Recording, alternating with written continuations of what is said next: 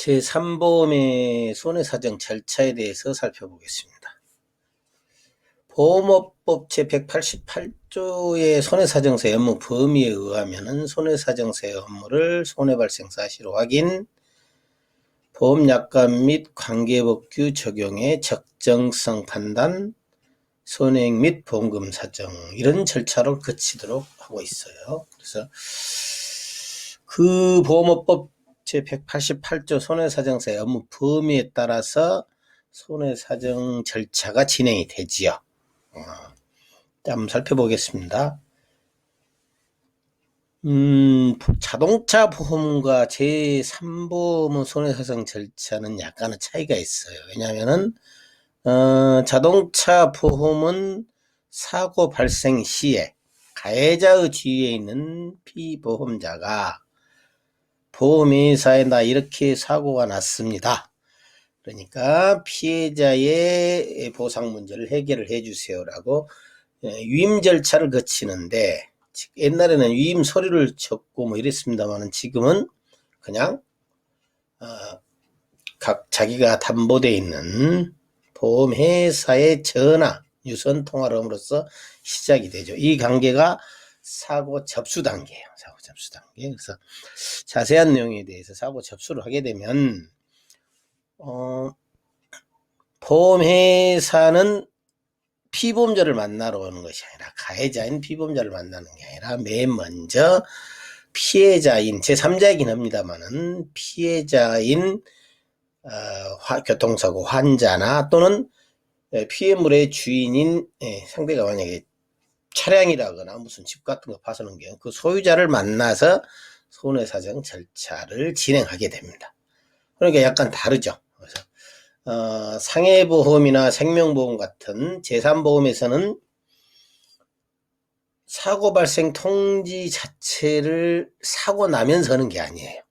자기가 다쳐가지고 치료가 끝나고 나서 치료비를 청구한다거나 아니면은 후유증이 남아가지고 후유장애 청구를 한다거나 절차를 거치기 때문에 일단 보험회사가 사고 발생 사실에 대해서 알 여지가 없는 거죠. 그래서 모르는 상태에서 진행이 되지만은 자동차 보험은 사고 발생과 동시에 피해자에 대한 보상이 시작이 돼야 되기 때문에 절차상으로 처음 단계가 완전히 다르다. 완전히 다르다. 그래서 지금 우리는 지금 제3보험의 손해사정 절차를 살펴보고 있으니까 그것부터 보겠습니다. 그래서 치료비든 후유장애 보험금이든 청구하게 되면은 일단 피보험자가 일반 치료비 같은 경우에는, 실손 같은 경우에는 그냥 팩스로 집어넣으면 되죠. 치료받은 사실, 진단서나 영수증만 첨부해가지고 설계사, 모집 조직인 설계사에게 팩스로 넣는다거나 아니면 직접 해당 보험회사에 팩스로 넣는 경우가 많아요. 최근에는. 그래서 이렇게 청구를 하게 되면은 이제 그 즉시 손해사정 절차에 들어가는데, 좀 더 큰 경우 이제 치료비가 많다라거나 아니면 후유증에 관한 후유장애 보험금을 청구하는 경우에는 일반적으로 후유장애 진단서를 첨부해서 보험금 청구서를 만드는 거죠. 그래서 보험 청구서를 만들어서 팩스 또는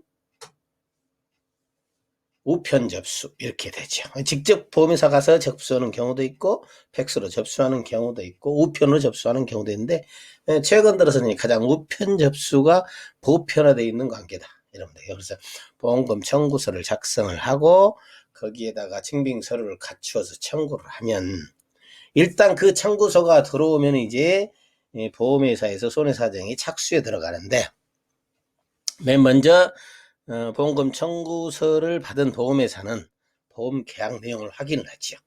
현재 이렇게 보험금 청구가 있게 되면 과연 우리 회사에서 유효한 보험 계약이 존재하는가 먼저 따지는 거죠. 그래서 보험금 청구서가 접수되면 맨 처음 하는 것이 계약 내용을 확인하는 거다. 뭐 다른 내용을 먼저 확인하기 전에 계약 내용을 확인해야 되는 이유는, 만약 계약 내용상으로 하자가 있다라거나 계약이 없으면 그냥 그 즉시 거절하면 되는 거죠. 접수를 취소하면 되는 거니까. 그래서 제일 먼저 하는 것이 계약 내용을 확인해야 한다.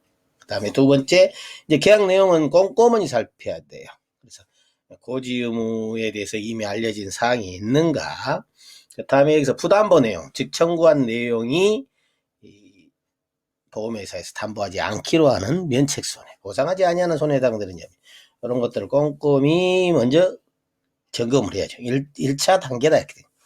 그 다음에 뭐 통지의무 위반 여부도 마찬가지 확인을 해야 되고, 그 다음에 이제 그 보험료 납입 관계도 확인을 해야 되고, 혹시 부활계약인지 여부도 판단을 해야죠. 왜냐하면 부활계약인 경우에 이제 고지 의무를 새로 시작해야 되니까 그런 부분까지. 또 하나 이제 살펴야 되는 것이 보험계약 기간이 언제쯤인가를 봐야죠. 이게 오래된 보험계약인지 아니면 가장 최근에 일어난 계약인지, 이거 매우 중요합니다. 근접사고 뭐 근일사고 이렇게 볼 수 있는데, 가까운 시일 내에 아무래도 보험계약과 동시에 며칠 안 됐다라거나 이렇게 사고 접수가 들어오면 좀 더 조사할 것이 많아지지요. 왜냐하면 모랄리스크 가능성 때문에 역선택으로 들어오는 것일 수도 있기 때문에 그걸 좀 확인해야 된다. 어쨌든 이런 관계들을 확인하고요. 무슨 금액이 적고 특별한 것이 없다 그러면 3일 이내에 그냥 절차상으로 보험금 지급하면 되지요.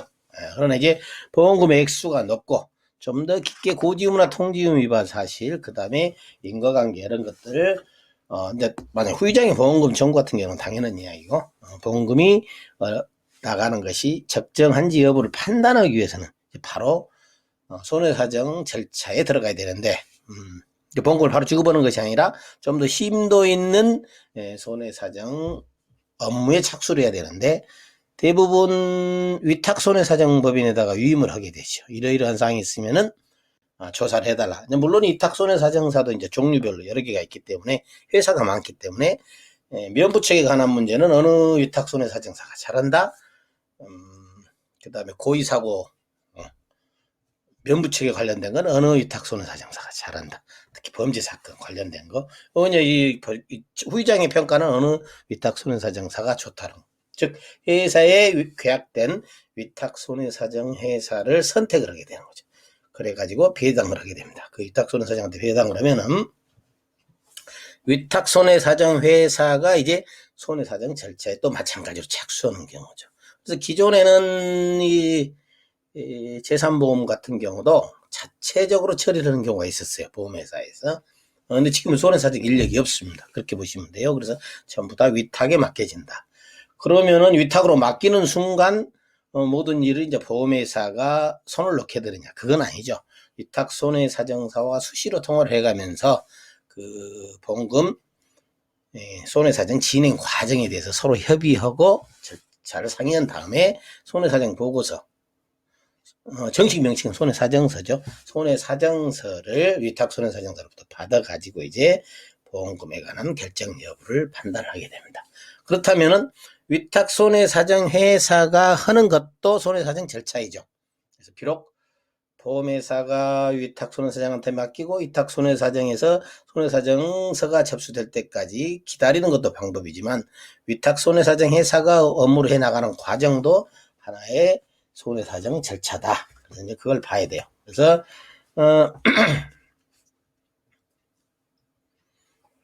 이 손해를 조사를 위탁손해사정에 들어가면은 만약에 이게 고지의무 위반 관련된 사고다 그러면은 이제 고지의무 위반하고 관련돼서 이 치료병원의 내용을 확인해야 되죠. 치료병원, 이 피보험자가 어디서 어떤 과정을 거쳐서 치료를 했는지, 그 다음에 치료 과정 중에 과거에 혹시 고지의무 위반으로 인한 상황이 있는지 여부, 이런 걸 판단해야 되는데, 제일 먼저 해야 될 일은 지금 개인정보보호법 때문에 보험금 청구 당시에 피보험자가 위임을 해줬더라도 그것만 가지고 손해사정에 바로 착수할 수가 없어요. 그래서 필히 피보험자의 면담 과정을 거치게 됩니다. 그래서 보험금을 청구한 피보험자나 보험수익자의 면담을 통해서 개인정보에 관한 동의서를 받는 거죠. 개인정보. 그래가지고 치료했던 병원이나 또는 수리공장, 기타 관련된 부서, 경찰서도 여기서 포함이 될 수 있고요. 이런 것을 찾아가서 정보를 수집을 해야죠. 정보를 수집해. 그 정보가 수집이 되면 이제 그걸 가지고 분석을 하게 됩니다. 그래서 가는 순서는 뭐 병원이라거나 관련 기관, 또는 주변을 탐문할 수도 있고 현장을 직접 확인할 수도 있고 목격자 진술도 확보할 수 있고 어쨌든 이런 것들 조사 진행 중에 어떤 거를 할 것인지 여부를 판단하는 것도 상당한 의미죠. 그래서 전문가가 필요해요. 그래서 아까 서두에 말씀드렸듯이 어느 위탁 손해사정 회사가 그 일을 잘하는지 여부에 따라서 이렇게 맡겨지는 것이 달라진다는 뜻은 그만큼 전문 업체가 그 일을 하는 것이 더 훨씬 더 유리하다. 자, 이제 어쨌든 조사 관계가 전부 끝났다 그러면 조사되던 사실을 가지고 총체적으로 종합적으로 이제 판단하는 거죠. 그래서 원인 조사가 끝났고 그 다음에 사고 조사를 해봤더니 고지의무 위반 사실이 있더라, 또는 뭐 과거 질병력이 있더라, 직업 직무, 특히 이 상해보험 쪽에서의 키포인트 중에 하나는 직업 변경 통지 의무 위반 시에 비례 보상을 해야 됩니다. 그러니까 이번에 사고를 당한 사람이 혹시 직업 직무 중에 사고였다 그러면은 업무하고 관련성이 있는가요? 업무 관련성이 있다라면 과연 직업급수에 맞는지 아주 중요한 내용이죠. 조사해야 되고요. 그 다음에 고지의무 위반과 관련된 문제다 그러면은 보험 가입 전에 이 사람이 혹시 사고나 질병이 있었는지 이걸 판단해야죠. 그 다음에 이제 면부 쪽 검토를 위한 사고 원인 조사도 해당이 될 수 있어요. 무슨 이야기냐면은 보상하지 아니하는 손해에 해당되는 경우가 있습니다. 그래서 동호회 활동 중에 사고 나거나 위험한 거 있죠, 위험한 거, 뭐 스쿠버 다이빙 같이 이런 위험한 일을 하다가 사고 난 경우에 면책으로 규정하고 있으니 그렇다라는 이야기. 그 다음에